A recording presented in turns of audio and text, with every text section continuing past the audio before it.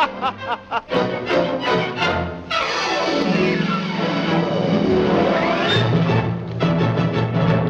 to Sherwood, my lady.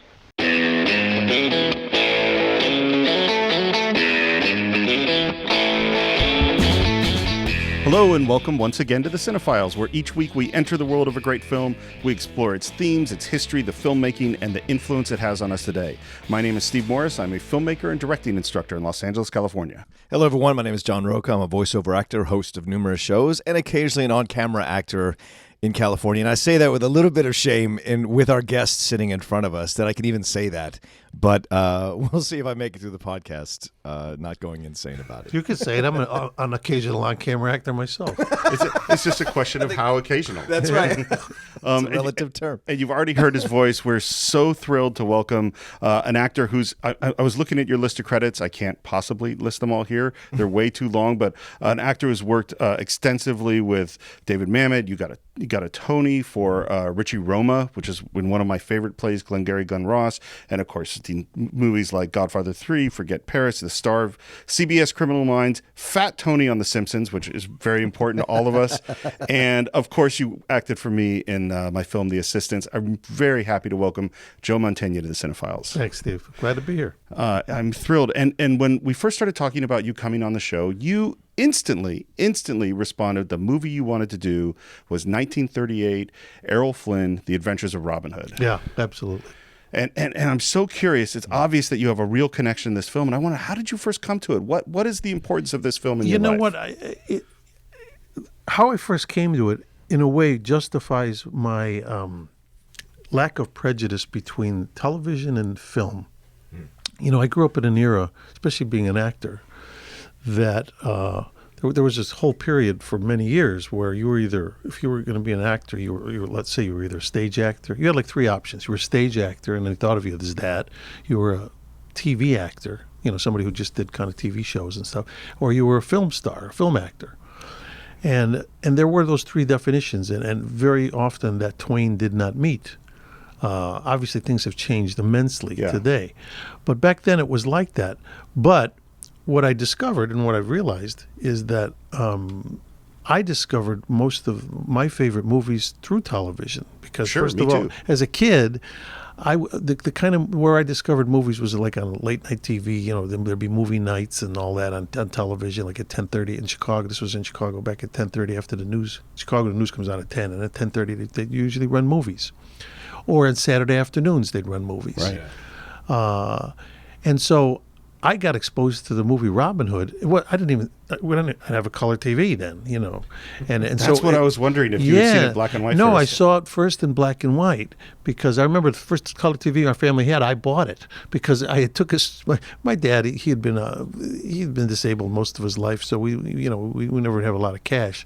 And I remember I took a student loan to go to my first year of acting school, and I borrowed more than I needed, and I used part of the money to get a color TV for my family because I was still living at home. I said, "Hey, at least we're going to do. Let's use some of this government money for something. You know, if the acting thing doesn't work out, at least we got a TV, you know, that I can pay on time with low interest." So to see it in black and white, all I could say is when I first saw the movie, it was like, you know, it was the music. I mean, first of all, you know, those were the days when themes, you know, movie themes were really movie themes, were huge orchestrations. Right. And here was this guy, Errol Flynn, and here was this whole, you know, it was just from beginning to end, it was this fantasy. I mean, it was like a Grimm's fairy tale in a way come to life. So I got hooked on it right away, just even in the black and white version. And it was one of those things that then it progressed from there. So in other words, as I got older, so like I barely discovered the movie, I was probably, you know, 10 years old or 12 years old, let's say, you know, and was just amazed by just the fun of it and the fantasy of it. But then as I got older and got more into acting, a couple things happened. First of all, like I said, we got the color TV, so I'm sure I saw some bad kind of version of it, because the color TV back then was really bad, you know, but at least I saw it. But then I remember I was in acting school at the time, and I remember there was this theater in Chicago called the Clark Theater, and what they would do is run old movies, like and so I remember they advertised, we're going to have Robin Hood, and we're going to show it in the original Technicolor, you know, a print that we've kind of restored and all, and for me that was a big deal. And so I went to see that, and to see it on a big screen in that great old Technicolor where the reds are like jumping out at you and stuff, and then the music, they'd piped up the music. I mean, I was like weak in the knees seeing that version. And then from that, I got this huge interest in Errol Flynn. I started watching all his movies. And then his book, he has a book called My Wicked, Wicked Ways. And I read the book, and I got obsessed with the book to where I was actually I'd go through old bookstores, and if I could find hard copies of it, I'd buy them. And what's funny is it went out of print, and I think I've got about 3 hard copies of it, and they're probably worth, more than things that I might think are valuable in my life. But these books, only because I was so fixated on this. And to wrap it up, bottom line is, what it ultimately led to is jump cut to, just a few years ago when I was, fortunate enough to be awarded a star on the Hollywood Walk of Fame and given the choice where I wanted it to be. I said, if there's a spot next to Errol Flynn, I'll take it. Wow. And there was, and there is, and if you walk down Hollywood Boulevard, you walk over Errol Flynn, and then the next step, you walk over me. That's great. What is it about Errol Flynn that fascinated you so much? I think what it was is to me, he was the epitome of what, if you're going to look on the dictionary under what's a movie star, that would be I would say Errol Flynn, because he was the whole package. I mean, he was good looking, he was dashing, he had this thing about him. Then when I read his book, it just amplified it all, because this guy, the book was called My Wicked, Wicked Ways, and was it ever? I mean, this guy, I mean, he lived this incredible life off screen that was much more colorful and interesting than any role he played. And in a way, I think it's because I didn't live a life like that. I mean, I like to think I had a pretty exciting life, but nothing like, I'm no Errol Flynn. But I certainly vicariously lived through kind of that book and what he did and some of the stories in that book. And he was one of the few guys that did not have a ghostwriter. I mean, and that was a point that he made of it in the book, that he wrote that book. And I just thought, and you can tell by just the way you read it, that it was a guy, these are his own words. See, this was not somebody trying to glorify his life, because he really wasn't, it wasn't a kind of book where it's like, oh God, well, how great that I did this. It was more about some of the really bad stuff, the crazy stuff he did. And he died young, relatively young. I think it was 51 or 52 or something like that. It's, as I said, it just throughout my life, even though as an actor, and also I felt in a way he got cheated as an actor, because I think he got typecast in the days when you would be typecast. And so that Robin Hood role, I mean. Well, sure, Robin Hood. I mean, that kind of said. I mean, then Captain Blood, which he did before that. I mean, but almost all they died with their boots on. I mean, all the movies he played, they were all big action kind of. Yeah. He was either a cowboy or a pirate or a robber in Sherwood Forest or wherever it may be. So very rarely did he get a chance to do dramatic stuff. But when he did, he was really great. I mean, he did the one movie where he got to play John Barrymore, but the movie wasn't even about him. It was about his daughter. But you can just see in that movie, even just a little bit of that movie, or a little bit of that part that he played in the movie, that he had the chops to be a much better dramatic actor. In a way, I think that's kind of led to his downfall. I mean, he became a terrible alcoholic and all that. And I think a lot of it had to do with the fact that he was phoning it in. I mean, some of the stories, I mean, with him and the Warner Brothers, working at Warner Brothers, and fights he would have with Bette Davis because he was a bigger box office star, and yet he actually envied her for the kinds of roles she got, and she hated him because he was a bigger star than her. But not so. She envied him in one way, and he envied her the other way, and so never that twain shall meet with that. Yeah, well, I think it's this myth about Hollywood and this world that we occupy. People have this idea that you're going to go be successful, and then everything's going to be okay. Oh, yeah. No, in fact, there is a line in the book which is really amazing. He says, "Here I am. I'm on the top of the world." It was at a time when things couldn't have been better in his career. He was starring in whatever movie it was. That might have been Robin Hood. He had every woman in the world. I mean, there's the phrase "in like Flynn" was because of him. All of it. He says. So he says in the book. So here I am. Everything is right in my life. Why am I sitting in my bedroom on the corner of the bed with the barrel of a gun in my mouth? Wow. And literally, he got to that point. Right. He put a barrel of gun in his mouth and thought about killing himself. And then you start to read about it, and you understand that he just had a lot of demons and this, that, and the other, as do most people, have demons, and he was not exempt. And so all that kind of humanized him for me, though, of course, I never got to meet him. He's still a mythical figure.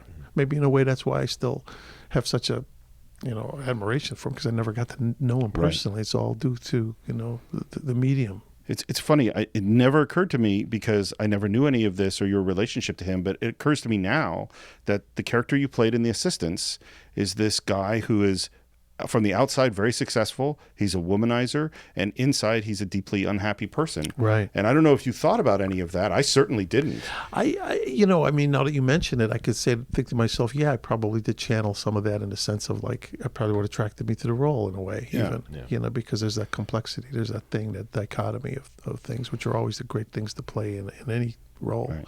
You always want to play against what's the obvious, or be able to have those two sides of a character. Absolutely. So, John, do you remember how you first came to Adventures of Robin Hood? I don't know if I can follow that up, but it was very similar actually to can I say Joe? Is that all right? Yeah, please do. To Joe's exposure to the film, because growing up in D.C., we had black and white television as well. WDCA 20 was what showed all the old films, and you'd watch them on Saturday afternoon. So, but my first exposure to it was in Looney Tunes, when you saw that, Welcome to Sherwood, that Bugs Bunny cartoon where he swings in. Right. You're right. I was like, I remember being a kid, and then when the movie, I think I was just randomly watching movies on a Saturday afternoon, and it came on, and in black and white, and I was like, wait a minute, that looks so similar to. And then it wasn't until later that I saw it at the theaters, and so with the revival houses, and really exploring the technicolor of the film, and the vibrancy and everything about it. And I became just as interested in Errol Flynn as well growing up, because I was into the old school,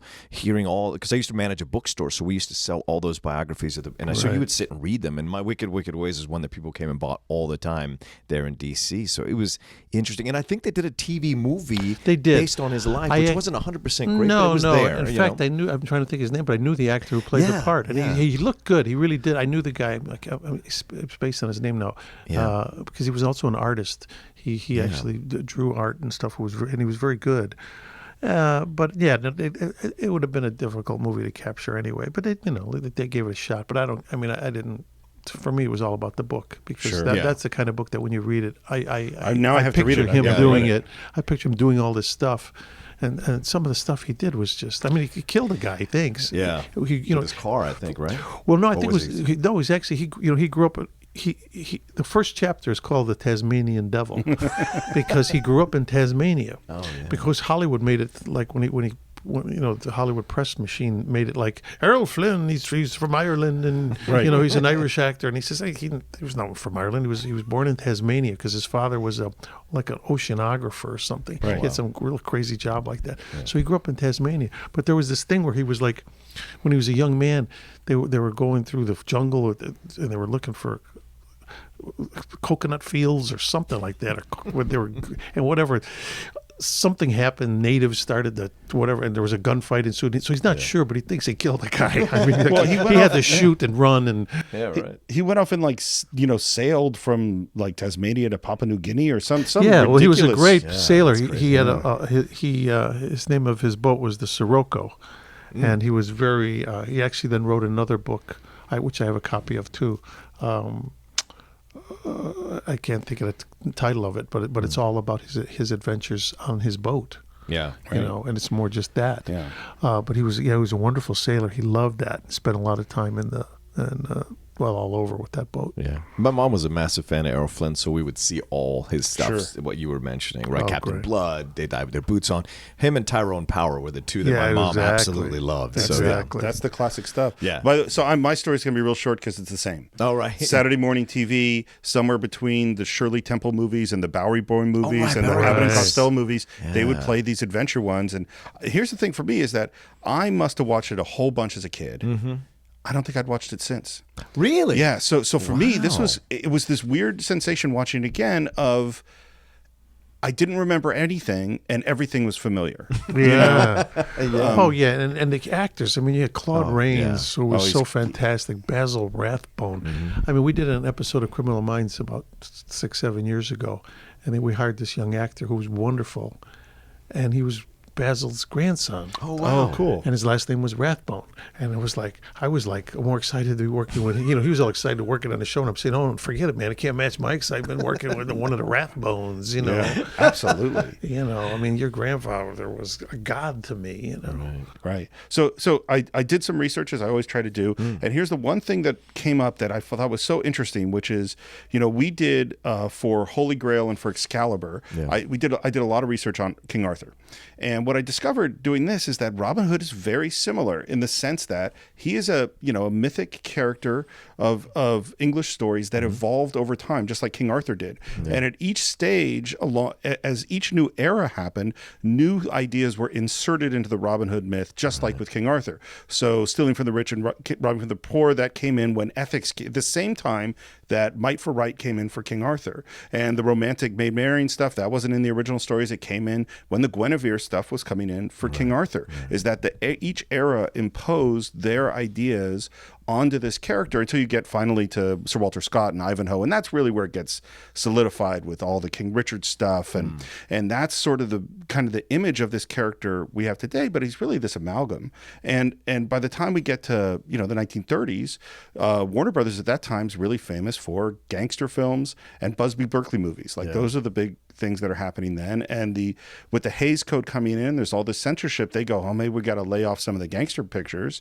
and it's just as technical it comes, and they have this idea we're going to do Robin Hood. And I was shocked to discover who was originally supposed to be cast as Robin Hood. Yeah. James Cagney. James Cagney. Oh, my God. That would have been a whole other movie. Right? Right. Insane. Well, he's their biggest star Yeah, of course. at the time. You dirty rat, Marian. You Prince John, you. The idea of Cagney playing Yeah. this role. Oh, yeah. He'd have been good in the sword fighting scenes. Yes. though, He could because he move. could dance his ass off. Yeah, you know, absolutely. So I mean, but things happen the way they're supposed to. Right. Happen. Yeah, He's a diminutive guy. Yeah, too, so it no, would've exactly. Everybody been standing on like little soapboxes. But he has a big fight with Jack Warner at the time, so he's out. Oh, wow. And Errol Flynn had really come from nowhere. Like my understanding is that he just had essentially a nobody actor and had a screen test for Captain Blood. Yeah. He was all he had really going for him was his good looks and stuff like that. And when he came to Hollywood, he was kind of like banging around and did some small stuff. But eventually he got one thing led to another, and I think he had like I said, he had that kind of dashing leading man look already. Absolutely. And what I loved about him is he had that personality. That's the other thing about actors and actresses from that era. Unlike today, where you can flick on whether a podcast, a TV show, an interview show, you know who the stars are from television and film. You see the personal side of them. In other words, Right. you have a million opportunities to see what they are as people beyond their work. Back then, no. So I mean, Errol Flynn, to me, he only existed on film. Right. Yeah. Like what is Errol Flynn like off camera? Who knew? Yeah. And when there was rare times when I was able to catch footage of like old clips of like especially when they came out with those kind of collections later of Hollywood is the great years of Hollywood, and they would show little clips of and here's Errol Flynn showing up at some charity thing, and then he says a couple words off camera, and you're like, wow, he actually look at him, he's wearing regular clothes, and you know what I mean. And that's kind of I think that helps perpetuate the myth of these kinds of actors, because you only knew them as these kind of supernatural beings that they were on film. Well, now we're in the opposite world where every little God. detail is horrible. Well, I mean, now with the internet and this, that, and also to become a star, you become a huge star just by being who you are. I mean, it's like nuts. It's personalities are driving it as so whatever. It's a different time, the world different we're thing. in, Yeah, so originally William Keighley is the director, and he directs essentially half the film, it seems like. And then the movie's going way over budget, it's over schedule, and they bring in Michael Curtiz, who's, one of our great, and I think underrated directors. He's one that we don't talk about in that list of John Ford and Howard Hawks. I agree with you. He's so good. And as I recall, too, Curtiz used to have like a deal with Flynn, too, that if he would just stay sober until they wrapped, he would go drink with him afterwards. because That's Flynn not a hated bad to deal. drink alone. Oh, there we go. Yeah. So it was like, okay. And he says that's what kind of worked because they'd already worked together, before, and so they knew each other's. If you have a proclivity for depression, the last thing you want to do is drink alone. Yeah, You want exactly. someone around so you don't put the barrel in your mouth by yourself. Yeah. Right. It's good advice. Yeah, always good advice. Shall we get into the movie? Yeah, sure. So we open on this parchment in our classic 1938 romantic adventure style. And we immediately have this announcement that King Richard was captured during the Crusades, and we meet our bad guys right away: King John and Guy of Gisborne, Claude Rains, and Basil Rathbone. Yeah, I mean the best, probably the two of the greatest villains in the history of film. Yeah, And what's nice is they counterbalanced each other. I mean, the one guy's kind of this little kind of Weasley kind of guy, and Rathbone was this kind of distinguished, kind of, I mean, I remember Errol in Wicked Wicked Ways. He talks about the sword fights in that movie, and he says it was really tough on him because Errol had been coming off a binge the night before, and now he's got a sword fight. And of course, he would just learn as much as he needed to learn. And he says Rathbone really took it seriously, and Rathbone really was good at it. In other words, he was one of those guys that studied it. Yeah. And so he says in those fights, he'd be like, Errol Flynn was just like, I just want to get through this. This guy could kill me if I let him go. Boy, that's dead. The last thing I want to be sword fighting with is a drunk guy just trying to get through it. Exactly. That's brutal. But I thought that they were so great, Claude Rains and Rathbone together, because they were just perfect kind of foils. For Of course, because I hadn't seen it in forever. Of course, I remembered Basil Rathbone. I had forgotten that it was Claude Rains. Oh, yeah. And I, having watched him in Casablanca and Lawrence of Arabia, we did Mr. Smith Goes to Washington for the show, and what an amazing actor he is. Great actor. Just unbelievable range. Absolutely. And when you cast two actors like that, you want them not to play the same type of villain, right? And he's more effeminate, Claude Rains. Exactly. He's really, let him talk. I want to hear what he has to say. Oh, yeah. And then Rathbone is more like even when he challenges him later in the film, he's like all up on Claude Rains, which you're like so surprised by. But it's the power of Rathbone. He does Sherlock Holmes later in life. He's just one of these guys that just has that magnetic personality. It was almost like good cop, bad cop. Yeah, absolutely.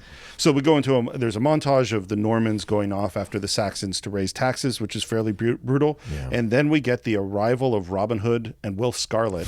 And I just found out that David Niven was supposed to play Will Scarlet. Oh, wow. Now, he'd have been a good job. He'd have done a good job. And they were all close. They were all members of the same club. I think they were called the Olympiads. They all hung out at what was called Mulholland House, which was Errol's house. Oh. And it was David Niven, it was Errol Flynn, it was John Barrymore, W.C. Fields, all these. They were all drinkers. Can you imagine being at that party? Just hanging out? Man, I dream about it. Yeah. I dream. I'm wrong. I'm born in the wrong time. Definitely. I see myself with those guys. But I can see Niven playing Will Scarlet. Yeah. Not that there's anything wrong with the guy that No, the played guy was him. great. He's great. Everybody's great. No bad actors in that movie. No. Yeah. We see that this character Much, who's from the old ballads of Robin Hood, has poached a deer, and Robin shoots that arrow out of Guy's hand and just is right up on him. Right. This is the thing about Robin Hood throughout this movie. It's like, dude, what are you doing? What's your plan here? Yeah, this is before Kevlar. He's taking a chance. He confronts Basil.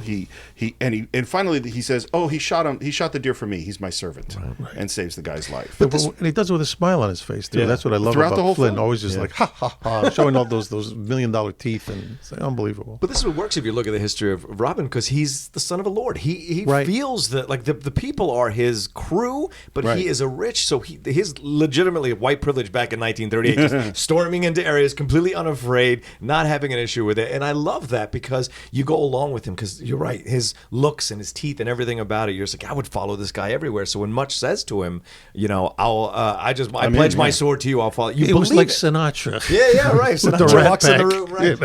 Well, and there's some people that are just like this, that have this kind of confidence. Yeah. Maybe a little overconfidence for Robin a few times. Yeah.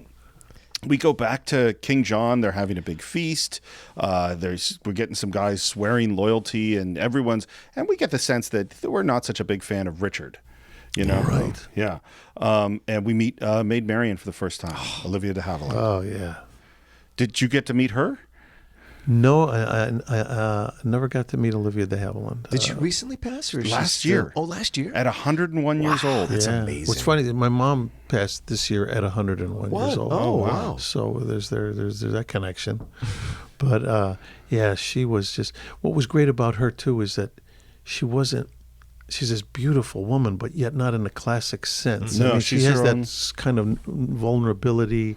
She was not like this va-va-voom Yeah, kind right. of like a Rita Hayworth type, And she was perfect as Maid Marian. She's amazing and had a long multiple movies with Errol Flynn. Right. That became she was in Captain Blood with him, and that became just a thing going on. Guy tells Sir John about Robin, and we're like, okay, we got to arrest this guy and bring him in. There's also, it seems as if King John is sort of pushing Maid Marian onto Guy. She doesn't seem that into it. Yeah, no, Guy, I think he was asexual anyway. I get the feeling, But also, we see her be like violently against the Saxons. Like, right? She's Absolutely. like I'm in Norman. That's Saxon swine. Like that's something you don't see a lot of the Maid Marians that they do in the modern interpretation. Certainly not in Robin Hood, Prince of Thieves. Or No, anything. you're right. This is a harder They were Marian smart than we've enough. I seen. mean, I think you think about it. This is a time when you got like Scott Fitzgerald and guys like that were writing scripts back then. You know what I mean? Yeah. We had guys that were actually bringing a little more to these screenplays than meet the eye. Yeah. A little more layered. You know what I mean? Yeah, absolutely. Yeah. And now we get another great Robin Hood entrance. Right. This is my favorite. This of his three big entrances. This is my favorite.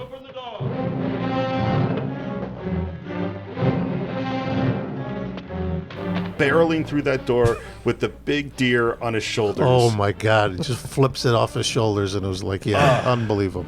With that great score. It's Eric Korngold. Right. I mean, Dun, this, dun, dun, dun, dun, dun, dun, dun, Yeah. dun, dun, dun, dun, dun, dun, dun.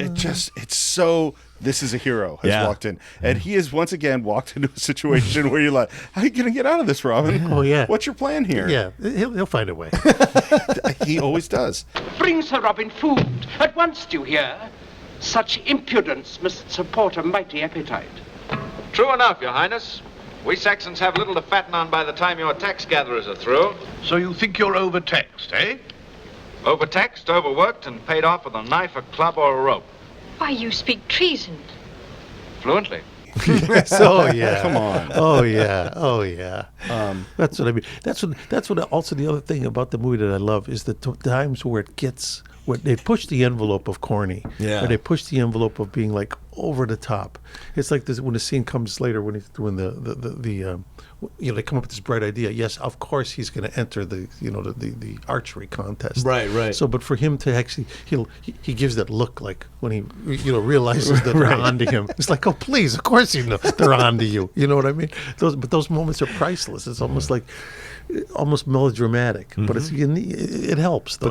We're not doing 60s realism here. This is There's no 30s, method going on man. here. This is all balls out. Let's do it. Well, it's like a superhero movie today. It's Yeah. like we're not trying to have realism. Exactly. This is a hero. This is a swashbuckler. And just as you say, similar moment here. He's sitting eating his dinner. Right. And he looks out and sees, thhe they're closing that gate and the Right. guards are moving around here. Right. He knows it's coming. Yeah. Right. And yet he still keeps talking. Yeah. And he essentially says right to the king's face, I'll organize revolt. Exact a death for a death. And I'll never rest until every Saxon in this shire can stand up, free men, and strike a blow for Richard and England. Have you finished? I'm only just beginning. From this night on, I use every means in my power to fight you. Yeah. and And this scene is really effective at laying the relationship that he's going to have with Guy, with Prince John, and with Maid Marian, because even when because Maid Marian kind of snaps at him, and he snaps back, and Prince John points that out, he goes, "Oh, listen, Guy can't say a word to her, but this guy comes in and swaggers, and then he kicks the Lord out and sits down and starts eating heartily." And you see this relationship that he's developing with everything that's going to carry through the whole movie, and it's established right there without needing to say exposition. It's just Right. all in Exactly interaction, right. and Yep. that's the brilliant way to do it. Yeah, that's right. I give Curtiz a lot of credit for that. Yeah. yeah, absolutely. and Cortez did. My understanding is that Michael Wheeler. Wait, what's his name? Michael Wheeler. Sure. Let's say Wheeler. I'm sure you can edit in post. Okay. Okay. So we'll fix it in post. That he shot all the exteriors, which are shot, like Sherwood Forest is all shot in Chico, like 400 miles north of Los Angeles. It's bizarre that they went all the way up to Chico. Yeah, I'd heard too that they actually they did some pickup shots in Griffith Park. They did, and I they could did see also that. out in Pasadena at what used to be Busch Gardens, which is not there anymore, but that's where they shot the some of the exteriors were gone with the wind and other stuff there. But the majority of Sherwood Forest is in Chico, and so that was the first director. But by the time we get onto the interior shots and the set stuff, now we got Michael Curtiz. Yeah. You could tell by the camera angles and the use of shadows, and the lighting is just we get to kind of a new level here. Yeah. So the trap is ready. And Robin Hood is going to fight his way out of the castle against unbelievable odds. Of course he is.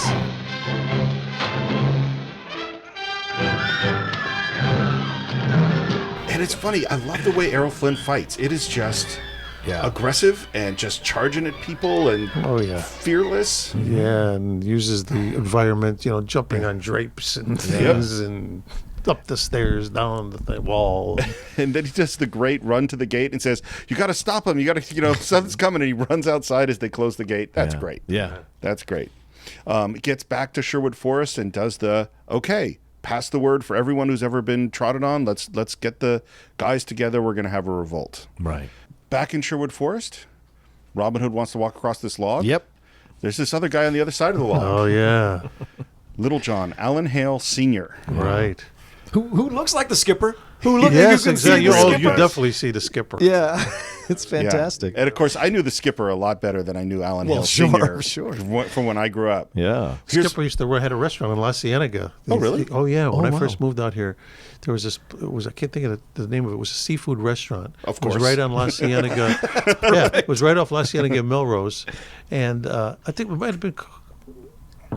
I think it was called McHale. No, I forget the name of it. But he's there. He was there. He'd be standing up front sometimes. Oh my God, it's Wow, that's crazy. And for you kids listening, we're talking about Gilligan's Island. And Skipper was Alan Hale Jr., who is the son of Alan Hale, who plays Little John in the movie. Yeah. Here's, again, things that I didn't know. Yeah. So there have been a bunch of Robin Hood movies in Hollywood previous to this, and the biggest, most important one is Douglas Fairbanks. Right.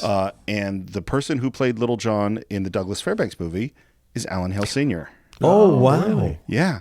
And he played Little John later in the 50s in some other Robin Hood movie. Wow. So he played, as the only person I know in history. He made a career out of playing Little John. He played Little John. And he's on this log. I can do it better. I can do it better. Give me another chance. I can do it better.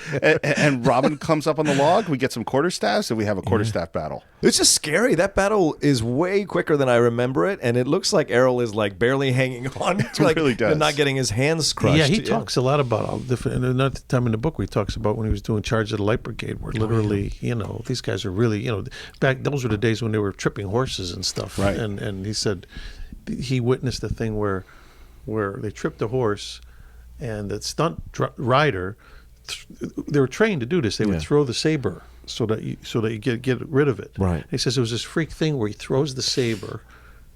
The horse gets tripped. The stunt guy flies off the horse, and the saber lands on its hilt. Oh, wow. With the blade up, and this guy impales himself. Oh, on the my thing God. And was killed. Wow. This is the kind of stuff that was going on in Hollywood. So, I mean, this is a little departure from Robin Hood, but it shows you the kinds of things, so whacking a stick on a log was nothing, it was like... Well, but it does, in Robin Hood, if you look at some of the stunts, some of these guys jumping out of a high tree onto a guy with a horse. So you think about the way a stunt is done today, where they've got computers out and math, and they're like, okay, this is going to move at 17 miles an hour at this thing. And this is like, I'm just going to jump on that dude's horse. Right, get that guy, like you, the gymnast, get him jumping. We're going to just hope for the best. Or later falling down those concrete stairs. Like, that's no joke. And you can see that Flynn did a lot of his own stunts. Oh, yeah. I mean, there was no cheating there. You saw that he was in the water. He was whacking that guy. Absolutely. And it's funny. So this fight scene, to me, is so sets up what Robin Hood is about, which is we're having fun. Right. Mm-hmm. There's no sense that these guys want to hurt each other. No. This is manly fun. Right. And Little John wins, knocks Robin into the water, and immediately it's like, oh, you're Robin Hood. I You've want to join bested you. me. I love you for it. That's great stuff. Yeah. That's great stuff. And he pulls off those yellow tights really well. Yeah. Those are not easy to do. No. Yeah, maybe we should take a moment to honor the tights. Yeah, I mean the tights are amazing. Hey, look, Mel Brooks wound up making a whole homage to it, right? That's true. Yeah, Robin those are Hood, that's right. those are Men in some tights. serious green tights. Yeah, again, not everybody could pull that off. Right. He did. He's got nice legs. He's got nice legs. Yeah. Yeah. We see much more of his legs than Olivia de Havilland's in this film. Exactly. That's the way it was back then. Well, Much is going out talking to the peasants saying, hey, come on, meet Robin Hood. At the same time, we're having this proclamation, we're going to go kill Robin Hood, which is a great juxtaposition. And now we have in Sherwood Forest, and Robin Hood gives his big speech. And this is this is the classic hero stuff. Oh, yeah. Now, this forest is wide. It can shelter and clothe and feed a band of good, determined men. Good swordsmen, good archers, good fighters. Men, if you're willing to fight for our people, I want you. Are you with me? Then kneel and swear this oath. That you, the free men of this forest, swear to despoil the rich, only to give to the poor. To shelter the old and the helpless. To protect all women, rich or poor, Norman or Saxon. Swear to fight for a free England. To protect her loyally until the return of our king and sovereign, Richard the Lionheart. And swear to fight to the death against our oppressors. And this is where we hear this philosophy of we're going to take from the rich and give to the poor. Yeah. A very controversial philosophy throughout history. Yes. And they swear this oath. And now we start to see them rescuing people. Yeah. There's these people being, the Saxons are being tortured. Where's Robin Hood? They're raising taxes. And out of nowhere, thump. Yeah. There's a lot of that going on. Yeah. And it's funny. So this is a new way of shooting people with arrows. There's a guy whose name is Howard Hill. He's a world-class archer. He's the archery guy on this movie. And previous, the way they usually would do arrows, they stick an arrow in someone's chest and then have a string attached to it. They pull it out and they'd show it in reverse. And that's the simplest, easy way to do it. These guys are really getting shot with arrows. Yeah, that's great. Yeah, is that they're wearing like kind of a padded shirt. Sometimes you even could see it. You can see the pad. Yeah. A couple of instances. And then it's balsa wood, and then it's a steel plate, and then it's a pad. Yeah. But that's just that's just Howard Hill shooting a dude with an arrow. I love it. That's the way to do it. That's also one of the things that's incredible about the movie is that he is killing people. Like Robin is absolutely Oh, killing yeah. people with his arrow and everything like that. Yeah, But it's yeah. played with such fun that you never feel the deaths of these people Yeah, at all. no, I Even mean- when they show them with their shields on top of them and they're honoring them in that scene later, you don't necessarily feel the deaths because he's such a swashbuckling guy. You don't feel the pain of it. Well, this is the difference in style of movie. Is that we just did Iron Man a little while ago. Yeah. He kills a whole bunch of people. Yes, he does. Or even go back to Indiana Jones. The one scene everybody remembers is when the guy's coming at him with the sword and he just pulls the gun and shoots him. Right. It's like that's like the classic scene, but you don't realize. But the guy dies. Just kill him. But yet it was reminiscent of those kind of Robin Hood. Yeah. But this is the thing that's interesting about movies is there's some movies where you're going to feel that death, and there's some movies where you're not. Right. And that's the design. Is that and for whatever reason we as an audience member get it. We go like, oh, this one, that's fine. Yeah. And then there's other movies. We just did The Dirty Dozen. Yeah. And in The Dirty Dozen, in the end, you do feel all those deaths. Sometimes the common denominator or what sets it apart is actually blood. Yeah. I mean, if it's a bloodless killing, you kind of buy it. It's like the old movies where you're just like, oh, you fall over. Right. Oh, you can do all the contortions you want, but as long as you don't see a trickle of anything, then it's like, oh, then the kid's like, oh, he really is dead. Yeah, and it's also sort of the reaction shots and the and music and how we're Exactly. are we moving on right away? Oh, they're dead, and here goes another one. As long as Here's- the music's going, da, da, da, da, da, da, and it's all good. And now we get to meet our next big character. There's this friar who's Friar Tuck. who's doing a little fishing. Give me back my mutton joint. Robber, thief, give me back my mutton joint. I still remember that line. Eugene Paulette. Right. And we saw him because we did Mr. Smith Goes to Washington, and his voice is just one of the great voices of all time. Yeah. My Fat Tony on The Simpsons there's a little Gene in there. I mean, a little bit of that. I get it more down in here. But it's that guys like that. Well, this is, coming from that era when there's radio, I think voice casting was a bigger thing than it is now. Yeah, that you'd have these voices, which is interesting because Eugene Pallette started in silent films. He's in D.W. Griffin's Intolerance. Really? Wow. And he played Aramis with Douglas Fairbanks in The Three Musketeers. No kidding. As a young guy, he's like a sword-fighting Wow. hero. I could see it. Yeah. Because he actually handled the sword pretty well in the Really scene well. with Daryl. Really well.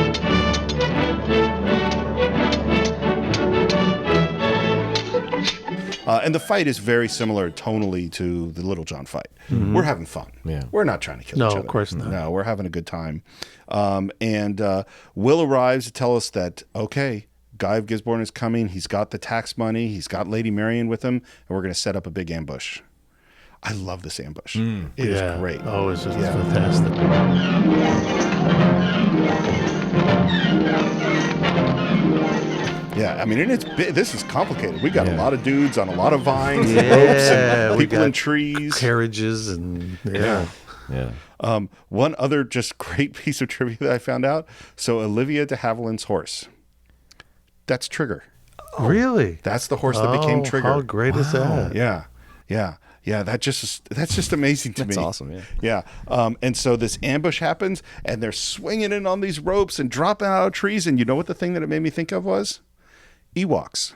Oh, from Jedi. Totally the Ewok attack in Jedi. Wow. And I really wonder if George Lucas, I'm sure George Lucas I would had to think love this so. movie. I would think he's inspired. You have to be. And just Yeah. same thing, like I said, with, again, even going back to like movies like Indiana Jones and stuff. Yeah. They had to be inspired love by this these stuff. kinds of movies. Yeah, had to be. That's where you get it from. Yeah.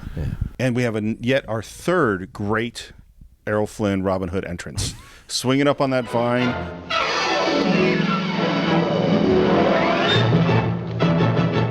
Welcome to Sherwood, my lady. Oh, yeah, that was it. That's the poster almost. That's the one. It's you the know. best. Yeah. It's the best. Man, this guy's just fearless. He's completely fearless. We head off to go to camp. Marian does not like him. No. She's not a fan. Playing very hard to get at that point. That's the point. Extremely. Yeah. But as opposed to Much and Bess, Marian's Right. lady in waiting, So they great. hit it off right away. Two great Shakespearean characters. I mean, it's like the nurse and the Romeo and Juliet. I mean, you got these two great characters with those two. Yeah. Little comic relief, you know. And he's like, what? He isn't he like in Macbeth. There's that guard of the the gatekeeper. The Yeah. gatekeeper. It's kind of like that. It's this great point you bring up, Joe. Yeah. We get back to camp. We're sharing out the goods. We're having a big party. Robin's talking to Marian. She's having none of it. Right. She won't eat. She's just like, you're an evil person. Right. You speak of loyalty. Yes, why not? I suppose you and your band of cutthroats intend to send this treasure to Richard? You wouldn't dream of keeping it yourselves. And I think the turn happens when she thinks they're stealing all the gold for themselves. Right. And the gold is supposed to go to Richard, which John really wasn't sending it to Richard. He was going to just keep it. And Robin stands up and says, Friends, what shall we do with this treasure? Divide it amongst ourselves? Hold it for Richard! It belongs to the king! and that's where the turn starts. You see the turn start with Marian. And then when he says, "Here, let me show you," and then she goes, she doesn't want to go because they're afraid. Then she goes, and that's when the movie gets serious, and he takes and shows the people that have been tortured and stolen from. And Hardly an inspiring sight for such pretty eyes as yours, I'm sure. But these poor devils have all had their homes burned. Their families beaten and starved to death by your tax gatherers. Bless you, Robin. We'll never forget you. Oh, thanks, Master. May we be worthy, Robin. You are, Mother, you are. And that's another great moment because he'll take you from all that frivolity and this and excitement, and all of a sudden it gets somber and serious, and it's like, oh, okay, you know. Yeah. Well, and this is why it's so important, as you pointed out, John, that Marian calls him a Saxon dog at the beginning. Yeah. She is bought into the paradigm of Normans and Saxons that she's been taught. Right. And this is the moment where she goes, oh, shit. Right. Yeah. I was wrong. Yeah, and this also speaks to Joe's earlier point that he can do dramatic scenes when he was given the chance. In this scene, when he's walking Marian through this, or Olivia de Havilland, you see Errol's real cidesmanship and leadership of these people coming through, When the feeling old their woman pain. goes up to him, "Oh, thank you, Robin." Yeah. Little old lady. Oh my God. And there's this moment where she says, well, what's your reward? And that's a great Errol Flynn acting moment, because his response is, oh, you really don't understand. Yeah. Right. How have you not understood? This is and that's it. Marian has turned the corner. Right, because he even says then, "I think I do." Yeah. He finally does get it. So we released them all. Guy and the sheriff. We haven't talked about the sheriff of Nottingham. We have to talk about him a little bit. He's so great. Yeah. Great comic relief. And very different from what you would expect. Constantly like going, as soon as there's action, he's like fading into the background. It's like that Simpsons where Homer's fading into the bushes. That's basically what he's doing, right? Yeah, it's great. I'll be over here. Yeah. My favorite is when he puts his cape over over Prince John's. Like, if only I could reach Robin. And he's totally like 2 feet away. Yeah, it's brilliant. It's great. So they're back with King John, and they've been dressed in sort of rags and stuff, and complaining about Robin. And it's the sheriff of Nottingham that comes up with the plan. Right. We're going to have an archery contest. Right. Yep. And he even kind of is noticing that, I think there's a little thing with Marian. That's going to so we'll have her present the golden arrow. The golden arrow, right? Yeah. And this is, of course, one of the classic stories out of the ballads of Robin Hood. And we're going to have our big archery contest. And as we're sitting there, and we have big fanfare, huge crowds. This is also shot by Michael Curtiz. You could see Marian start to realize, oh shit, this is a trap. Yeah. And in come Robin. It's really not much of a disguise. No, I was just going to say, he's the only good-looking guy in the group. Where even his hood looks nice, and they all come walking in as a group, and it's like, it was like a posse coming in. It was like, well, all you did was not wear green. Basically, he doesn't have a fake beard. There's nothing. No. Yeah, that's what I mean. He's giving those furtive glances, like I wonder if they're on to me, He's a good-looking tinker. That's for sure. He sure is. That's the tinker, right? We have our archery contest. Of course, we come down to the final 2 archers, and we get the moment, which is, I'd say, one of the top classic Robin Hood moments, to split the arrow. He split the arrow. Yeah, it's great. And I remember watching a whole Mythbusters where they said, is it possible to split an arrow? And I honestly, at this moment, cannot remember if they were able to do it. Yeah, we're going to have to do it. My assistant, Dan, has the show Hollywood Weapons that he produced. Where this is exactly what we do. We take things like that and see. Dan, make a note. We got to do Robin Hood. We have to split the arrow. Because we found out like you could the Clint Eastwood movie where the guy gets hung and he shoots the gun and we did it on the last season's episode, one of the episodes, and it can be done. It was done. Wow. The only thing is the guy was our star of the show was a sniper. It was a Green Beret sniper. So he's so good that the bullet went through the rope. And the rope still held because it made a perfect. Did you have to get a higher caliber weapon? We used the exactly caliber they used in the movie. It was like a Sharps rifle, and we had to duplicate it exactly. So, but what it showed is it is possible. So splitting the arrow, of course, is possible. You just got to hit the arrow. Yeah. But a guy, you shoot enough time to do it under one first shot. That's where you're going, taking a little theatrical license. Well, it's Robin Hood. It's Robin Hood. Right. The tinker. You do these things. By the way, that's his hubris, isn't it? Like Robin's like, oh, sure, I'm going to go get this golden arrow. And he knows it's a trap. That's why he's disguised. That's why this is what I'm saying about him. He does not have a good plan. No, he keeps walking. He doesn't think it out too well, no. Well, and if we were to take this realistically for a moment, which we shouldn't, right. No. But he's putting all of his men in danger. I can see Will Scarlet going, oh, God. All right. Jesus. Come on, Robin. Okay, is that what we're going to do? Okay. Yeah, you remember we actually have a rebellion I'll play here. the mandolin in the back and hope for the best. So, of course, he wins the contest. He goes up. Marian presents him with the arrow. And everybody knows this is Robin Hood. There's no like, I fooled him. Yeah. And again, we have the guards are closing in. Very similar to that scene at the feast. And Robin's kind of looking around, and the merry men are looking around. And a guy comes up and slaps his face. And I love that the sheriff goes, oh, that looks like a good idea. And gets kicked right in the chest. Yeah. Right. Bang. And then Robin tries to escape. But he makes a good attempt. Yeah. Because of the little college tribe. I'm going to say that King John's guards are not that good. They need some more training. Not that good. But they drag him off a horse and they got him. And Robin Hood's been captured. Yeah. He goes on trial. Right. That's it. We're going to have to execute you. And this is where Marian becomes a hero. Yeah. She finds out from Bess where the merry men hang out. By the way, I have a problem with Marian and the merry men. I keep my mouth doesn't handle it very well. And she goes off to this inn, and it says you've got to help Robin Hood. Of course, they don't trust her at first. Friar talks to her. You're a good daughter of the church. You swear by Our Lady that you want to help Robin. I swear, good father. Have you thought of a way? Yes. Can you get us into the castle? That would do no good. He's too heavily guarded. But I thought of another way. Listen to me. Marian, unlike Robin Hood, has a plan. Yes, exactly. Well, it's brains and brawn. That's why they Apparently. were good. They got their kid would have been great. I think we have a movie here. Yeah, there we go. The son of Robin Hood. Yes. So it's the day of the hanging. Robin is getting brought out, and this is Michael Curtiz. One of the things that you really see with him is these interesting camera angles, low angles, Dutch angles, things with the objects in the foreground, and you really see it in this sequence. Robin's looking around, and he sees the merry men, and he goes, "Okay, we're gonna be all right." Yeah. And there's some great stunts in this sequence, in this action sequence. I love, and it's a stuntman, but Robin Hood with his hands tied behind his back, jumping on that horse. Mm-hmm. That is cool. Yeah. Yeah. And the great one is him. They're at the portcullis, the big, huge gate, and Robin cuts the rope on the gate. And not only does he get pulled up by the rope, but he's actually climbing the rope doing it. Oh, yeah. That is great. Yeah, and I think it's going down. He's going up. It's fantastic. Yeah, and that's also Stuntman. And that is a reference, if you watch, which I have never seen, but I've seen clips of it, the original Fairbanks one. He does a very similar stunt. Yeah. So they're referencing that.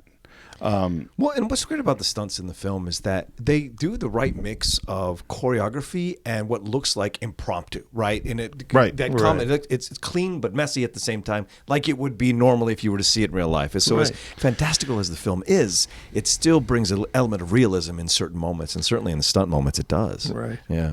Well, that's this thing. I mean, when you drop out of a tree onto a dude on a horse, there's no way to control what's going to happen. Right. Yeah. You know, you don't. And I feel bad for the horse. Yeah. Because the horse, the horse is just standing there. The dude knew that someone was coming. Before the ASP. No animals were harmed. No. Every animal was harmed in this movie. Yeah. And naturally, since Robin has just barely escaped from his previous bad plan, what does he do? He goes back to the castle, climbs up the wall of the castle to talk to Marian. Well, sure. This scene is great. It's a lovely scene. It's a very romantic scene. It's their Romeo and Juliet scene. Yeah, absolutely. And she's denying being in love with him. He goes, "Okay, well, I'll just have to jump out the window then." No. Yeah. Now, let me see. There's a fat old captain of the guard down there with bow legs. If I drop on him, that'll bend him outwards. Ah, there's an archer. No, he's too thin. I might miss him altogether. Robin.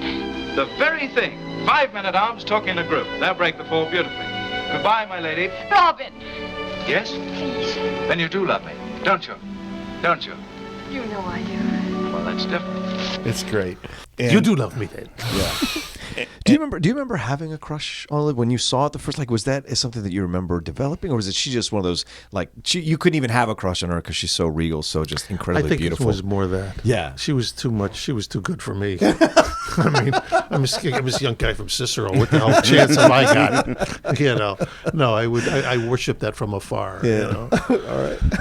All right. The music again in this scene is great, and the composer's Eric Korngold. And I have to tell a story that I read about him. There's actually 2 stories like this that have to do with this film. And he did Captain Blood too. He did Captain Blood too, Yeah. and he was an Austrian, prodigy composer. Wrote operas, very famous. And they fly him from Austria to the United States and say, "We want you to do Robin Hood." He watches the movie. He says, "I can't do this. This is all action. It's not what I do. I can't do it. It would be terrible. I would hate myself. I can't do it." And he goes back to his hotel or whatever, and the head of music for Warner Brothers goes to the hotel to try to convince him, "Please, no, you have to do this." The same hour this guy shows up is when Hitler and the Nazis take over Austria. Wow. And suddenly his son and his wife, I think, and some of his family who are Jewish are trapped in Austria. Oh. And What a lucky break. I know. And Warner Brothers gets him out. Wow. And he does They did. Robin Hood. Oh, great. Yeah. Meant to be. Yeah. And I mean, It's brilliant. I mean, I have the soundtrack just for that. the score is amazing. It's just amazing. And what's really crazy is Michael Curtiz grew up in Austria-Hungary when there was Austria-Hungary, was in the First World War as a filmmaker. He made 64 films in Europe before coming to the U.S. Oh, I didn't know that. Came to the U.S. and made 101 films in the U.S. Wow. Yeah, well, many of which have been lost. When he first got here in the 20s and in the silent era, he just never said no. So he made 6 films a year. Yeah, for a back while. then they did. The actors So did they too, did it. you know. And again, he's also Jewish, and when World War II starts, Warner Brothers gets some of his family out. Wow. Yeah. Wow. Yeah. So that's whatever you say about the studio system and whatever might be said about Jack Warner. Oh no, well that's true. Well, the thing is, Flynn talked about. He said it's funny. I'm a member of Lakeside Country Club here, and back then it was restricted. Yeah. And Flynn talks about it in the book. He says Warner, there was a animosity between Warner and Errol, mainly partly for the fact that Errol was a member of that country club, because it's right across the street from Warner Brothers. Right. And one of the things I pride of being a member there is there's the photos of all the members up in the bar, in the men's bar, and Errol Flynn's up there. Yeah. And I've already kind of hinted that I would kind of like mine put next to his if possible. We can kind of move that guy's been dead a long time. The guy next to him, let's put me up in there. But the thing is, what was funny is Errol at the time didn't even, he didn't care. He didn't know it was restricted. I mean, it was like he didn't give a shit about it. Well, how would you know? I mean, unless my family would know. Yeah. But how would Errol Flynn? Yeah, no, he wouldn't have known. But you're right. The Moguls, as much as you heard of the bad aspect of them, there was that great. To me, they made Hollywood. They were a No big question about part it. Yeah, Absolutely. So we end up at this inn, and we see these characters talking, and we don't know who these people are. They're sort of wearing cloaks, and they're having some conversation. They kind of are finding out about the issues between Normans and Saxons, and they've been hearing this name of Robin Hood. And who walks in? But the bishop, who's someone we haven't talked about, but another one of the King John supporters. Right. And he starts complaining about Robin Hood, and then the bishop overhears them saying the word sire. Right. Oh, shit. Yeah. Who is this guy? Yeah. Because we know that King Richard has been gone, and we know that he was captured by Austria, and who is this guy? Yeah. And so the bishop goes back to King John and says, King Richard is in town. And it's I keep saying King John. It's Prince John. Yeah, Prince John. Prince John. Because Prince John would like to be King John. Yeah, he wants to move up. He wants to get up the food chain as quickly as possible. Yeah. And so he says, well, let's get rid of Richard. He doesn't have an army with him. Right. Let's kill him. And there's this knight who looks very dastardly. Yes. I think Dickon. I think his name is Dickon. Dickon. And he'll do it. And if he does it, he can have Robin of Locksley's lands and titles. Right. And But throw in this motivation aspect, because the King Richard had taken his lands and Dickon's all his stuff because that's right, I forgot. he was disgraceful in his service as a knight, so he took it away from him. So this was his way of like reestablishing himself. And there's nothing like creating an assassin that has an extra motivation. Yeah, that's how I create all my assassins. Exactly. And I love the fact that Dickon, he really is. He looks like a formidable guy. Yeah, he looks like a formidable. And what I love is that Robin sends Munch, or the littlest guy, the guy that's kind of like the, rather than sending, it's like it's not like Battle of Little the John. Titans. Yeah. He's sending this little guy over there who's got to use his. His wiliness. It's like sending a featherweight boxer against the heavyweight. But you got it. And Butch is motivated. Oh, he is motivated. Yeah. And who overhears this plan to kill the king? Marian in the background. And they see that she might have overheard it. Right. She runs upstairs. She talks to Bess. She writes a note. She's like, "Okay, we got to warn Robin. The king is here. Blah blah blah." And then who knocks on the door? But Basil Rathbone. Right. She hides the note in this little case, and Basil walks in. Man, he knows that note's in that case. Yeah, he puts it right on the case. He's toying with her. Yeah. You're very charming, Lady Marian, but not exactly clever. For instance, you couldn't possibly have failed to overhear what Prince John and I were talking about just now. No. Please don't trouble to deny it. And your first thought as Richard's loyal ward was to warn him. Am I not right? Well, how could I warn Richard? How did Locksley and his men arrange his escape from hanging after the archery match? Someone here in the castle must have got word to him. That's ridiculous. And you do intend to warn him, don't you? Don't you? No. And then opens up the case, and now you have committed treason. Right. Yeah. And they put Maid Marian on trial. Oh, yeah. What's interesting in that scene is that she thinks she's safe because she is a ward of the king. Right. And John's like, well, not for long. Not for long. Which is weird because they say 48 hours. That kind of took me out of the movie a little bit because I wasn't sure how they were gauging time back during that time. You know, I'm sure they didn't have clocks or anything like that, or watches rather. So when they said 48 hours, like that's such a random 48 hours. Okay, Twice around the sun dial. yeah, that I would have accepted. You're saying this movie might not be accurate. No. Yeah, we're not too concerned with the time frame right now. True. So Bess, the lady in waiting, she runs off. She finds Much, who's going to warn Robin. Yeah. We hear about Dickon, and then we get to this moment you were talking about and that I've been talking about too. Much jumps out of that tree, man. He goes toe to toe with And you Dickon. don't know what's great is, again, Cortez was smart enough to what happened. Yeah. Was he successful? You know, Especially when we see Much again, who's lying in a heap on the ground. You don't know if he's alive or dead. No, it's I think that's a brilliant choice. Exactly. Yeah, I totally agree. We're back with Robin, and who shows up but these monks in black robes, which of course we know is Richard in disguise, and the merry men appear, and we are taking them, and there's this great sort of banter where it seems like Robin's trying to find out what side are you on, you know, and once he kind of hears that he says, you know, do you love Richard? Are you friendly to our good King Richard? I love no man better. And then Robin's like, okay, you're one of the team, come on and join us. At which point... And we're only going to take half your stuff. We're not going to take all of it. We're going to take 30 Yeah. instead of 60. Well, this is the problem with robbing from the rich. It's like Colonel Parker with Elvis. I'm not going to get half. It's not a bad deal. Robin is going off with Richard and the merry men, and they're talking about King John. Right. And Richard says, oh, so you blame King John? And Robin says, no, I blame Richard. No, I blame Richard. His task was here at home, defending his own people instead of deserting them to fight in foreign lands. What? You condemn holy crusades? Aye, I'll condemn anything that leaves the task of holding England for Richard to outlaws like me. Right. And it's such an important moment. That is. Richard shouldn't have left. He shouldn't have gone. His place was here, being king of this kingdom, not going off to the Crusades.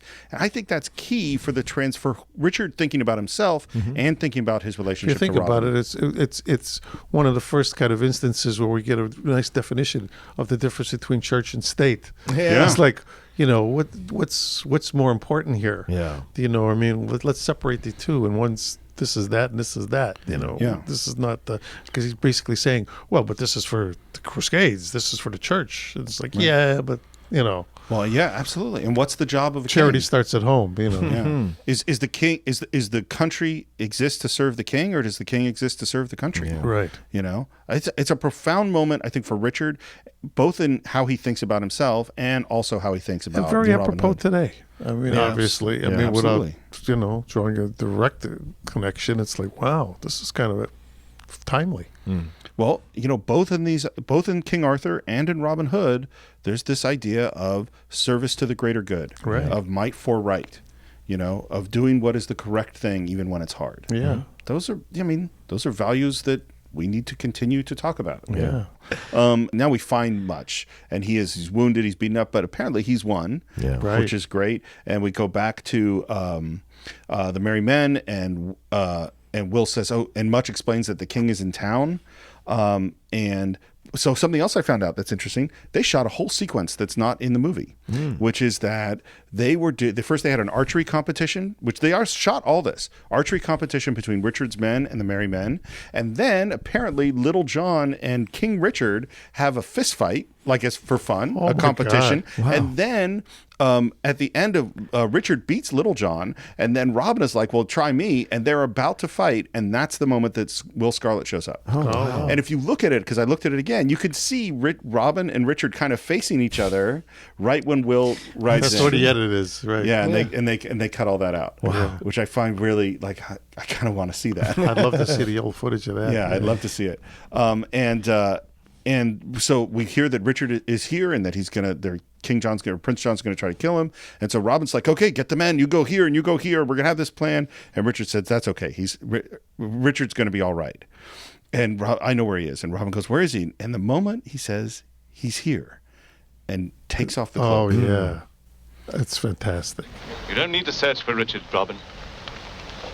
He's in good hands. The best in England. What do you mean? Where is he? Here. I will say something about this moment, which is that, like I said, I hadn't seen the movie in a long time. And when it started, I kind of went, is this going to be too cheesy for me? Like it's really, you know, it's like it's really corny. And by this point, I was in. I was 100%. It had totally won me over. I'm choking up thinking about it. I mean, they got because they're wearing the stuff with the cross on their shirts, and there's like that's the Crusaders, you know. And there's something about the true king has arrived. Yeah, we all want the true king to arrive. Right. Tell me about it. Yeah, I mean.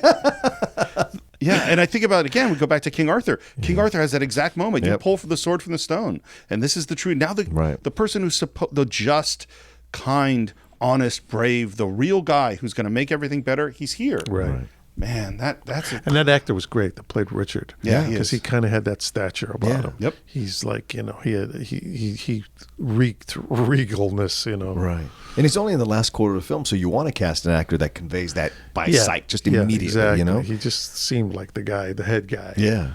And they all take a knee to him, which I think is Right. great. It's a great moment, shot from above. Just brilliant the way he laid that out. Yeah. well because and that's what's so interesting about the character of Robin Hood. He's only being a thief and a rebel because Richard's not here. Right. Yeah, exactly. He can't wait to give it all up and just That's go back all to he the wants. crib, you know. Yeah. Hang with Marian. Yeah. Well, and unfortunately, that's what we find out is that Marian is about to be executed. Yeah. We can't do a frontal assault on the castle. We don't have any. We don't have an army.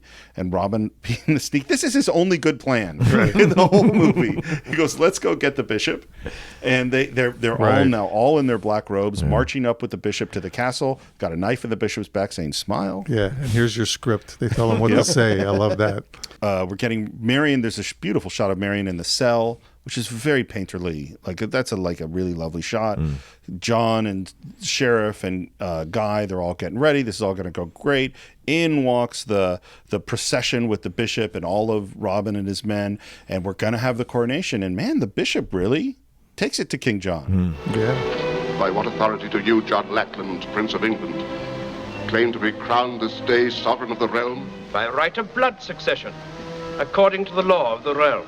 Is it of your own free will that you thus depose your brother, Richard the Lionheart of England? And this is not what the script was supposed to be. And Prince John is mad. Well, Like sure. he's yeah. like offended that the bishop is going back. Like, what are you asking me these questions for? And this, because I'm supposed to be king, because I am the brother. Blah, blah. And so it's just like it raises the stakes before you even get to the battle. So it's brilliant. Yeah. And they go, "Oh well, Richard's dead." And then again, this reveal. Richard no longer exists. From this moment forward, I, John, am King of England. Aren't you a little premature, brother? Richard, the Lionheart! I kind of think that Robin should have shut the hell up in this scene. Like Richard has revealed himself, and everyone went, "Oh my God, that's Richard!" And Robin went, "Ha, it's me too!" and now we're instantly into that fight. Yeah, well, the movie is called Robin Hood. Fair point. It's a fair point. And immediately, Basil, Guy of Gisborne, rushes Robin, and we get the sword fight we've been waiting our whole great movie to sword see. fight. One of the great sword fights. It is. It's so important in like the history of sword fights because they were really different before then. The fight choreographer is Fred Cavins, and he choreographed everything. Captain Blood, Mark of Zorro, like all this stuff, and it's gorgeous. All the going up and down the stairs, the levels, the kicking over the tables. Yeah, I mean, this is it. This is the cool sword fighting stuff. Yeah. It's really, really well done. And didn't lose the comedic aspect of it because you have much with his like hitting people on the head with his so that keeps you not feeling too serious about what's happening. So exactly, it's brilliant balance. Yeah, and you're getting Little John. You're getting everything that we wanted out of this action sequence. Absolutely. And it's interesting too. There are moments in this where you can really see how good Basil is. There's like a Perry riposte, which is like, oh, that dude's fast. Oh yeah, no, he's very good. Yeah, Flynn talked about that. He was real good. Yeah, he had to lose a lot.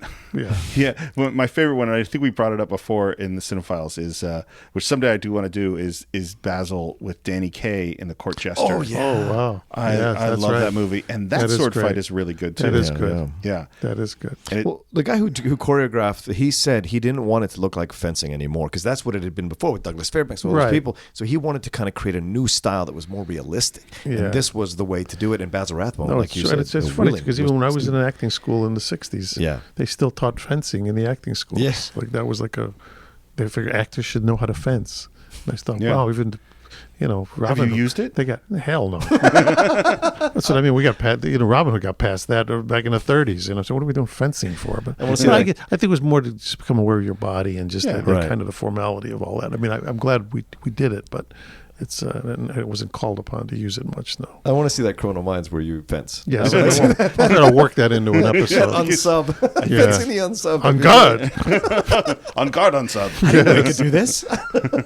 All right, I'm in. Yeah, I think we're going to put a request in for this. Yeah. Please. And then I was watching a couple times. The sword fight ends very abruptly. I thought I was just going to say the same thing. Is the one thing about it is it's kind of like the climax of the sword fight is not the best it could have been in terms of dramatic impact, but yet it's sufficient. It's good. Here's what I think it is, because I was thinking about why did they do it that way? Is that there's a moment in the middle of the sword fight where Guy loses his sword, and in the classic heroic thing, Robin gives him back his sword. Right. Which, by the way, when I have sword fights to the death with people, I'm not giving anyone back their sword. No, sorry. You're done. Yeah, That's sorry. it. I won. And then there's a moment right near the end where they're up against the wall and Guy reaches for his dagger and tries to stab Robin Hood. And what I think it is, and in the next second, Robin kills him in this really abrupt way. And what I think it is that Guy violated the rules of honor by going to the dagger. Yeah. And Robin was having fun. He was having one of his fun sword fights like he always does. Right. And now it's like, oh, no, game's over. You're dead. Yes. That's the explanation I don't know if that's true. I like that explanation. I'll buy that. I think that's good. When I see it again, I'll look at it with that in mind. And the stunt is great because he goes right over the side. It's a huge stunt. Yeah, going right over the side. That stunt guy broke something. I forget. There are a lot of guys breaking things. Oh, yeah. That's a big one. It's just carpet down there. I looked like it bounced a little bit. They had a little padding on it. It's still a big fall. Oh, yeah. Still, they didn't have good high fall stuff. No airbags. No. Robin rescues Marian's, and then we have this great shot of swords being laid down on the shields on this beautiful crane shot. That's, as symbolic a war is over shot as you can get. Oh, yeah. Richard's the king. He banishes John. And then he also, after banishing John, he has this line where he says, I further banish from my realm all injustices and oppression. Of course. Why wouldn't he? Wow. That guy is a good king. Yeah. Robin swears allegiance, and he gets a pardon for his merry men. And Richard's like, isn't there anything else you might want? Hint, hint. Right. And then he gets Marian. I know. And then that last line, I love when they're all in the huddle and he sneaks out. May I obey you, all your edicts with such, whatever. With equal pleasure. With equal pleasure. May I obey all your commands with equal pleasure, sire? It's a perfect movie. Yeah. It really is a perfect movie. There's no one part of the movie that I would say, oh, they should change this, or this is not this. It sits down here or something. No, it never absolutely. sits down. Right. So, John, what are your final thoughts? Yeah, I absolutely loved revisiting this film for this podcast. It was nice to because I think it's been about a year since I bought it on Blu-ray because it came out with a remastered version, which is fantastically beautiful. And when you read about how they created this film and the Technicolor and how it was laborious and bringing all those cameras, you saw a lot of effort and love put into this film. And it comes through on screen when you're watching it. And I also think it's 1938. We're just out of the Depression. FDR is about to come in. There's a lot here that you can explore about what's happening in our current country at that time, socially and politically, if you're looking through this whole film, which I think is what always decorates the great ones. There's always something they're saying beyond the happiness and the joy and the fun. There's something they're saying about what Joe just brought up, the separation of church and state. It's subtle. It's there. You don't have to make a big deal out of it. If you catch it, you catch it. You don't need to catch it. And I think that's what the amazing, great films do. And this is one of them. And Errol Flynn, this is the height. Every fantastic, great actor has one film that they are 100% known for. This is him at his height. Olivia de Havilland, all just so beautiful. And it's unfortunate when you read later on what happens to him later, but here you can enjoy him captured in pristine form at the height of his joy. And it's a vibrant film. If you're listening to us, because some people listen to us before they see the film, I encourage you 1,000% to go and watch this. If you can see it in a theater and a Revival House, do so. If you can't, get the Blu-ray and watch it on the biggest screen as you can, because it is a fantastic film that you will enjoy. And I will challenge you to not walk away with a smile on your face when you finish watching it. So. I think for me, the thing I kept thinking about is that we go to see movies for different reasons. Sometimes we go to see movies to learn profound lessons. Sometimes we go to see movies to laugh our asses off. Sometimes we go to see movies to get scared to death. And sometimes we go to see movies to get a sense of the adventure, a sense of the possible, a sense of the heroic. And this is a heroic film. A realistic film? No. A heroic film, yes. And the thing is that we need to see those great, crazy, unrealistic heroes sometimes because we don't have enough of that in our lives, you know? It's great to see the realistic heroes. It's great to see the tragedies. All those things help, but sometimes you need this. Sometimes you need Robin Hood to swing on a rope and say, "Welcome to Sherwood." Yeah. You know, you need to see that because we got to feel like, you know, we can be heroes. And that's worth it. Yep. Yeah, that's great. I think what you both said is really, really terrific because I agree with both your comments in every respect. I mean, it's escapism in its, you know, greatest form, and to me, and also it's a testament to a time of our country. I mean, you know, we've been around a relatively short period of time in terms of world history. Yeah. So, you know, 200 plus years as opposed to hundreds and thousands in some cultures. And because of that, I think even just in my lifetime, I think of where our strengths as a country has lain in the sense that when I was a kid, U.S. Steel was the thing. Cars, we built cars better than anybody. Yeah. We did a lot of stuff better than a lot of people. Now, jump cuts, 2017. We're not necessarily known to being the greatest steel manufacturers. Right. We're not known as being necessarily the greatest car manufacturers. We've lost all of that. But the one thing we still do, we make movies better than anybody. I mean, when I say better, I mean on a scale going from the littlest kind of independent stuff to the huge stuff to the point now where when I was first starting out in the business, the foreign box office wasn't that big a deal. Right? They kind of was the kind of thing, and even the Golden Globes, they thought about it as like a joke award and all that. Now all of a sudden, everything is taken on such importance because the foreign, in many cases, especially with films like of this genre, Exactly. it's bigger on a world scale than it is on. They don't even care what it does here in a way. It's almost like, yeah, if it does mediocre here, fine. We'll really make our cash over the rest of the world. And so to me, this is like a foreshadowing of that. In other words, this movie is the one that they can put up as one of the ones to say, well, this is what caused that to happen, because it lives on, just like what you said. Yeah. It's like this film shot in the 30s. I mean, it was shot before World War II, but yet here were three guys who living in 2017 getting excited about this movie that we saw. And it's like, you know, it's antiquated in terms of the technology that's way films are done today and stuff. But to me, I'll take one of these over 100.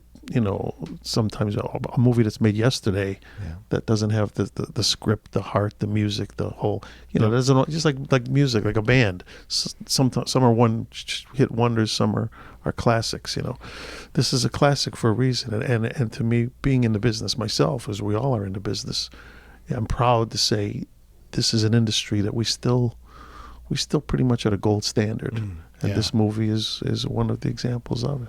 Yeah. That's great. It's great. That's fantastic. So that's what we think of the Adventures of Robin Hood. Of course, we always want to hear what you think. You can visit us on Facebook at the Cine-Files. That's CINE-FILES. You can subscribe to us on YouTube, on Stitcher, on iTunes. You can leave comments. You can leave reviews. We love to hear them. If you want to reach me, you can always reach me at SR Morris. John, where can they reach you? You guys can always reach me at The Roca Says. You can see all the shows I'm hosting and co-hosting. Also, contribute to our Patreon. You know, Steve Absolutely. and I, we started it a couple of months ago. It's really been growing every month. The contributions from all of you, just thank you so much for the comments and the compliments. And of course, we will listen to the movies that you all are recommending and consider it. But it's a great way to keep us doing the show because it's not an inexpensive show to do. And so we appreciate any dime. And there's always a bunch of awards and then a bunch of amounts that you can contribute that help to the show. And so we appreciate it greatly. And I can be reached in Sherwood Forest with my merry men and my merrier women. So if you want to visit Joe, go to Sherwood Forest. Yes. Or www.joemontaigne.com. There you go. Also, that's the Sherwood Forest of the internet. Exactly. Well, I just want to thank you so much for coming on the show. This has been so much talking to you about this movie. What's funny is I did not watch the movie again. I decided I'm going to come in cold and just kind of relive this through and I probably haven't seen the movie in, I don't know, maybe 20 years, maybe. Right. But what I did do is I bought, You talked about that Blu-ray Yeah, the version. Blu-ray. That made me buy a Blu-ray player because when it came out, they said, "And Robin Hood's going to be released in Blu-ray." I said, "Blu-ray? This sounds interesting. What's Blu-ray?" And I find out it was just like super net way to see movies. I said, "Well, shit, I got to go buy this." So I went out, I bought the Robin Hood copy as soon as it came out, and then bought the player. Yeah. But you know what? I haven't even looked at it yet. I just wanted to have it. Yeah. But I have it. But now I'm all excited again. No, So now I- I am going to see. So in a way, I'm glad we did this because it got me all jazzed up. Like, yeah, I want to hear it again. I want to see it. And that's why I purposely didn't want to see it before talking to you guys. I wanted to kind of because I know it so well. I mean, I've seen it. God, I think about it. I've been watching it since I've been 10 years old, maybe. So. You're going to go home, you're going to put that Blu-ray in, and the colors, it's going to be so amazing what you're going to see. I know, It looks so because good. my strongest memory of it was the time I saw it on a big screen in the Clark Theater, like in Chicago, with the and I've got a pretty good system now at home. I got a surround sound and the whole deal, and I got a really big. I got a theater, indoor house in home theater. So this is going to happen very soon. Good. Well, let us know what you think of it. I will. We want to hear. I will. And I want to say this has been a personal joy of mine because I've been a personal fan of your acting since Homicide. So to me, thank you. it's just a pleasure to be in the Thanks same room with very Joey much. Zaza and all the other, and a massive fan of Criminal Minds as well. So this has been a great joy. My pleasure. So I this was very happy to have you on. I had a good time. Great. Good. All right. Well, I think that's it for this week. We will see you next time on the Cine-Files.